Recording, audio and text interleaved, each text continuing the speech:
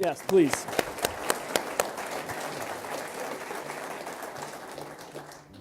So, Charlie, as I was on the flight over this morning, I was thinking about and preparing for our conversation this evening. And as I went through my notes, I realized that we share an admiration for a historical figure in Ben Franklin. Absolutely. And Ben once quoted that there are two things that you can do in life. You can write something that's worth reading, or you can do something that's worth writing about.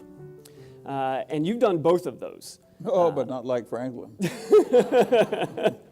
And so a couple hours ago, I went on Amazon Books and I just typed in Charlie Munger in the search field.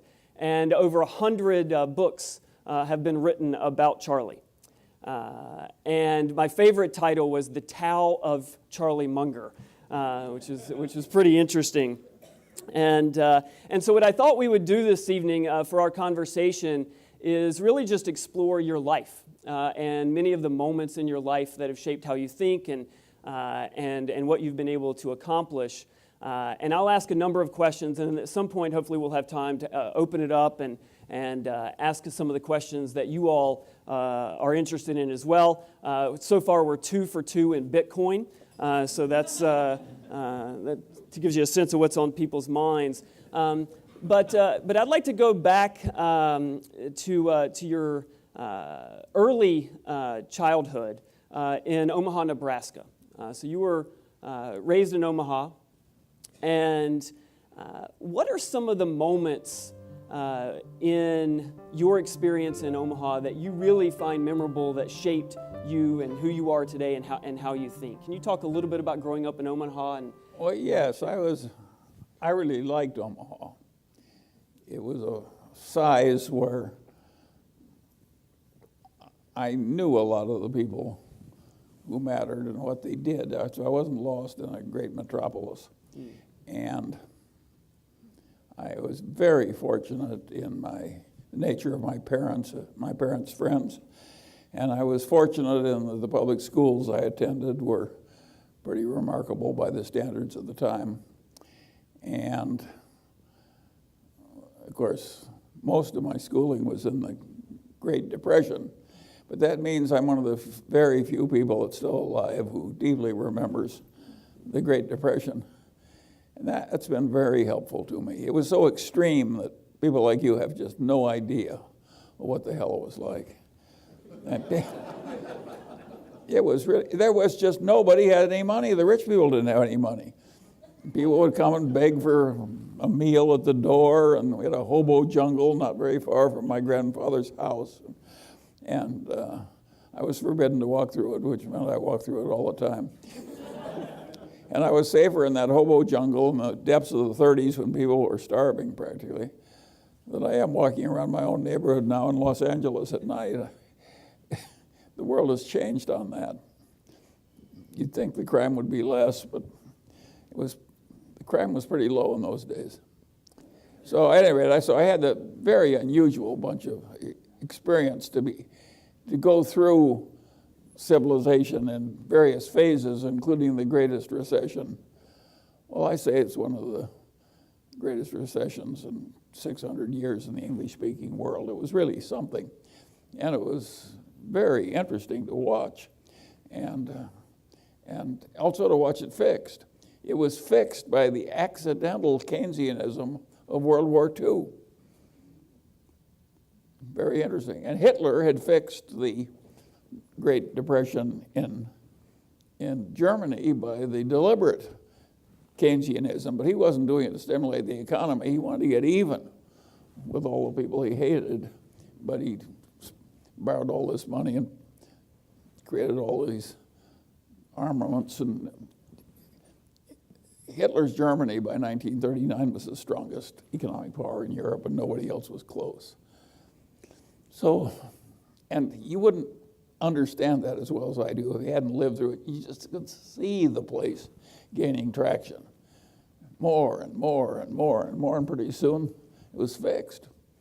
And of course, that was, in those days there were all kinds of people most of my family, for they believed in hard money based on gold and not much welfare and so on and so on. So that I was raised among fairly backward people by modern standards. But they were backward in kind of a self-reliant way that I think was helpful. I've never regretted that I wasn't raised in a more liberal establishment. I had a liberal aunt. She was really my mother's cousin, but she was the second lady dean at the University of Chicago, and she'd done her thesis on the conditions in the coal mines, and of course she was a screaming leftist. I would be a screaming leftist if I observed the way the coal miners of yesteryear were treated. You couldn't be a human being with any decency in you without feeling it was deeply improper to have the misery that great and have it manipulated for the benefit of the mine owners and so forth. But she sent me all these left-wing books, one every Christmas, and I always thought she was a little nuts. Which shows that if sometimes the very vivid extreme evidence misleads you on the deeper reality, you've got to be a guard on that, against that all your life. In fact, the whole trick in life is to get so that your own brain doesn't mislead you. And I have found that just a lifelong fun game. And I can't remember a time I wasn't doing it. I was not a prodigy or anything like that, but I was a prodigy in having adult interests. I was interested in what worked and what didn't and why. And I could see that very eminent people that I loved and revered were nuts in some ways, and I would decide, well, I certainly like Dr. Davis, but he's a little nutty in one way, and I'm not going to be like that. And so I was very judgmental, and I think that helped me. And also helped me that I kept changing my judgments as I learned more and more facts came in. And that created lifelong habits that were very, very useful. Another thing that I think really helped me is, particularly on my father's side of the family, my paternal grandfather was the only federal judge in Lincoln, Nebraska, the capital city of Nebraska. And he'd been there forever, and he stayed there forever after that. I think when he left, he was the longest-serving federal judge in the country. And he was a brilliant man, and he'd risen from nothing. He was the child of two impoverished school teachers, and when he was raised in a little town in Nebraska, they'd give him a nickel to go buy the meat, and he'd go to the butcher shop, and he would buy the parts of the animal nobody else would eat. And that's what two school teachers lived on in those days. And the very indignity of it bothered him so much that he just determined to get out of poverty and never go back. And he did. He got ahead like Abe Lincoln, educated himself in lawyers' offices and so on. He had to leave college because he couldn't pay the tuition anymore. But he educated himself, and since he was utterly brilliant, it wasn't all that hard. And he had an attitude that was pretty damned extreme. And I would say his attitude was that you have a moral duty to make yourself as unignorant and as unstupid as you possibly can.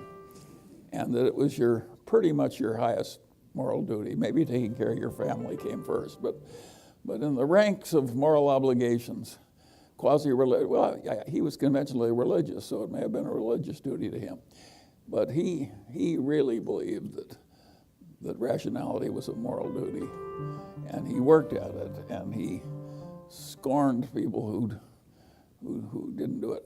On the other hand, as a judge, he started with the idea that why would anybody rob a train or whatever, federal crime in those days. And he was pretty hard on people who did it. And I noticed as he got to be older and older and older, he was willing to call a man a good man on easier terms than he started out with. And I think that was a correct development in my... By the way, when he relaxed a little, he was still pretty tough.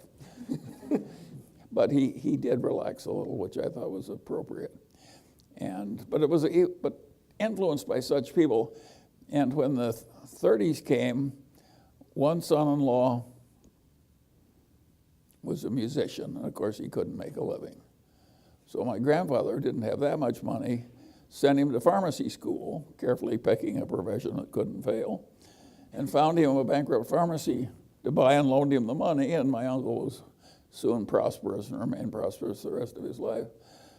My other uncle had a bank in Stromsburg, Nebraska, but there were 968 people in Stromsburg, and there were 2 national banks. And the capitalization of my uncle's bank was $25,000. And of course, he was a lovely man, but he was an optimist, and a banker should not be an optimist. And when they closed the banks in 1933, the banking examiners came in and they said, "You can't reopen." And it was the only business he had. Well, Judge Munger had always saved his money, and he had a lot of good first mortgages on homes occupied by teetotaling German butchers and people he'd carefully pitched. And of course, he never had a default. The houses were in the right neighborhood, the people were sober and hardworking. And so what my grandfather did is take a third of his good mortgages, which is all he had, and put them into the bank and took all the lousy assets out of the bank. So he saved 2 out of 3 of his children, and I thought it was a pretty good thing to do, and very shrewd the way he did it. And he actually got most of his money back 10 or 15 years later out of the lousy assets of the bank when World War II. And that was a good lesson. On the other side, my grandfather, on the other side, his main business had gone broke in 1922 with all the other wholesale dry goods houses. And what he did, his son-in-law, one of them, went broke, and he cut his house in half and moved that family in. And the other family, the guy was an honors graduate of the Harvard School of Architecture, and he was very prosperous in the 20s in Omaha and had a wonderful life. And the 30s came, the total building permits in Omaha would sometimes be $25,000 a month, and that was for furnace repairs or something. There was just no work, none, zero. So he moved to California, and he lived for several years, and finally he got the county of Los Angeles to hire this great Harvard architect, and he got $108.08 a month after deductions, and they had him do drafting work, but they classified him as a laundryman to save money. And he could actually rent a house for $25 and feed himself and drive an old car. But he could live on $109 a month. Amazing how poor everybody was. And what happened to that grandfather is along came the FHA, and they had a competitive civil service examination. And he was a very brilliant man. Of course, he was first in the exam, and that made him the chief architect for the FHA in Los Angeles, where he spent the rest of his life. But I watched all this family coping with all this difficulty. And I'll say this, it sounds awful, but they weren't all that unhappy. You can cope pretty well because you get used to it. That's a nice thing about the human condition. I mean, you get, to be my age, you got a lot of horrible things to get used to. It's just one new indignity all the time. A friend of mine says a good day when you're old is when you wake up in the morning and nothing new hurts. So at any rate, that's my experience in Omaha. But that background, all these people were educated and civilized and generous and decent, and a lot of them had good senses of humor.